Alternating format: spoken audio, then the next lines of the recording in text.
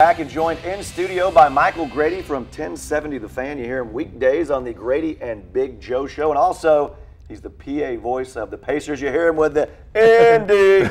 And then they unchime the Indiana. It was rocking last night, Michael, clinching the series in Game 6 fashion. And I know that's one of the best atmospheres you've seen in the NFL house in quite some time. I can't recall the last time that the fans were basically standing for virtually the entire fourth quarter. So tons of energy, and the players certainly fed off of that. Michael, your voice okay for this extended playoff run? Because you got to talk in the mornings, and you're pretty into it at night. A tea, honey, that takes care of everything. Let's look back at some of the highlights, because there were quite a few of them. As we, planned and thought about Game 6, there was some doubt about George Hill. What did you think of his performance?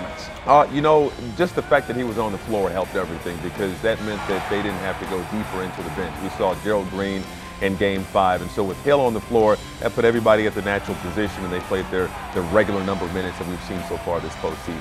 Now, the Pacers have played 11 playoff games in this postseason with Atlanta and New York. None of the games had been close, either all in or all out, big win or big loss. I was curious to see how they react in a close game, and they reacted positively, especially when it's tied up and Lance comes up with a big steal. No, big steal right there. Even before that, the big block by Roy Hibbert. You talk about some of the Knicks and Pacers, the great games, and you have the 8 points in 8.9 seconds, the 25-point fourth quarter, the Larry Johnson shot, and now you got the block. I would add the block in that mix. All right, and Lance Stevenson with 25 points, 12 rebounds, and the celebration begins.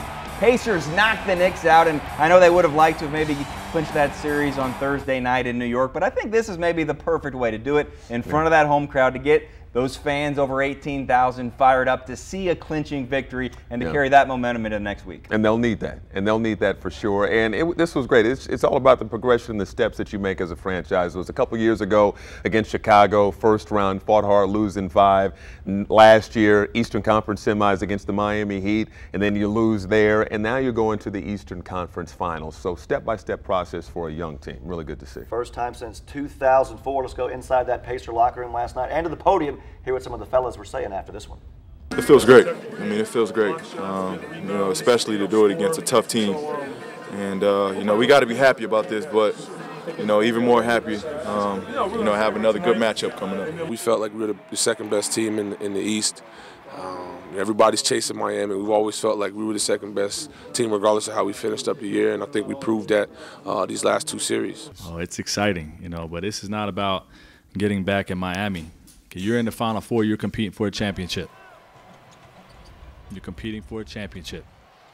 And they're just the next team that's in our way. And that's how we're approaching it. All right, so that didn't sound too bulletin board material to me, Frank Vogel, addressing excited to play the Heat, but not, overly saying they've been targeting the Heat. Your thoughts about that comment from Frank Vogel? It seemed pretty straightforward to me. The Heat, they are the next team. I don't see how anybody in their right mind could take that the wrong way. Well, having said that, maybe someone not in his right mind, LBJ, LeBron James, here's what he had to say upon hearing what Frank had said last night. I don't understand what he's saying, but we're not just another team. It's not true. You're not just another team? No, he said we're just another team in our way. We're not just another team. We're a great team. So the MVP perhaps gaining some fuel from that, and as we talked about off camera, you don't want to see a fired-up LeBron James, but I guess whatever gets him going. In this case, it's Frank Vogel. If anybody thought that we were not going to see a fired-up LeBron James anyway, you weren't thinking properly. LeBron, they remember this series from a year ago. It was a physical series. The Pacers had them on the ropes, 2-1 advantage, couldn't take care of business in Game 4 of that series. And you know what? Chicago kind of woke the Miami Heat up as well. That was a physical series. That was one where, Nate Robinson and guys like that were contributing for Chicago. And even though it was a 5-game series, it was a tough physical series, and they didn't like each other. There were a lot of hard fouls and things like that over the course of the series. So Miami, they know what they're getting into with this next round. I don't know about LeBron and his own trying to find something that really isn't there. The national experts will say, I think to a man, I think the Pacers can play them close, probably losing 5-6, maybe 7. But I think when you think about the series last year was 2-1 and halftime lead, big lead for the Pacers. And the 2 home games when the Pacers played the Heat this year, why are they not a little more evenly matched and give the Pacers a shot? Yeah, I don't think there's any question. I will say let's forget about what happened during the regular season and look at what the Pacers are doing right now. What I would be concerned with are the turnovers. The Knicks really didn't take advantage of Pacers' turnovers. They've been averaging about 15 turnovers a game so far in the playoffs. So they have to limit that. They have to stay focused, and they also have to stay out of foul trouble because we want the starters to play extended minutes.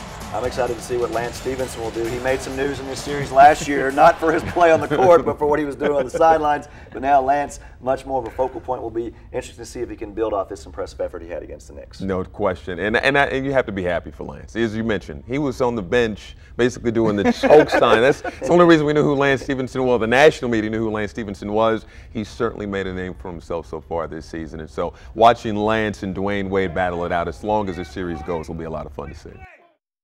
Thank you, MG. Here's the schedule for the first 4 games of the series starting Wednesday night in Miami. We'll wrap this show up after this short timeout.